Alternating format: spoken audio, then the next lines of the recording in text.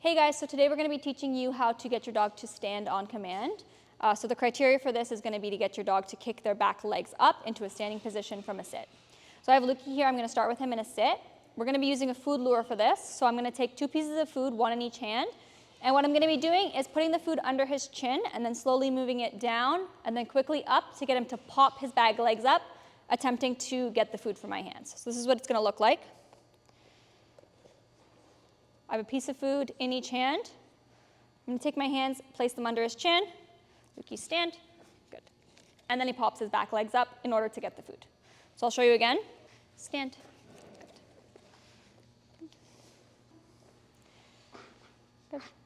So you can see I am taking my hands and moving them down in front of his chin so that he's forced to push his nose down to get to the food, which means his back legs will kick up. Stand. Good. Good. Some dogs will have a lot of trouble with this, so one thing you can try to do if your dog is struggling is you can actually walk into the dog as you're using the food lure to push their butt up. So this is what that would look like. Sit. I'm actually going to take a step into him as I do this. Stand. Good. And sometimes the forward motion helps the dog to figure out to kick their legs up and back. Lukey, come. Sit. One other thing you can try if your dog is really struggling is you might have to actually use your foot to nudge their back end up. So you'll be sticking your foot underneath their chest and nudging their back end up as you do this. So that's what this will look like. Stand. Good. One thing you want to be careful of that people often try is they'll try just walking backwards to get the dog to follow them backwards. So they're standing up from their sit in order to follow the owner back. The problem with this is that you'll end up having a dog who stands up but then crawls forward. So that's what this would look like. Stand.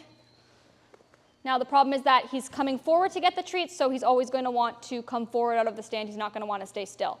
By walking into him or walking towards him, I get him to kick his back legs up but stay in that position. Lukey, come. Come. Sit. Stand. You'll also notice that I've been adding in the word stand just before I lure the dog. So every time I lure, I'm just saying the word stand before that, so he starts to make the verbal association. Stand. Good.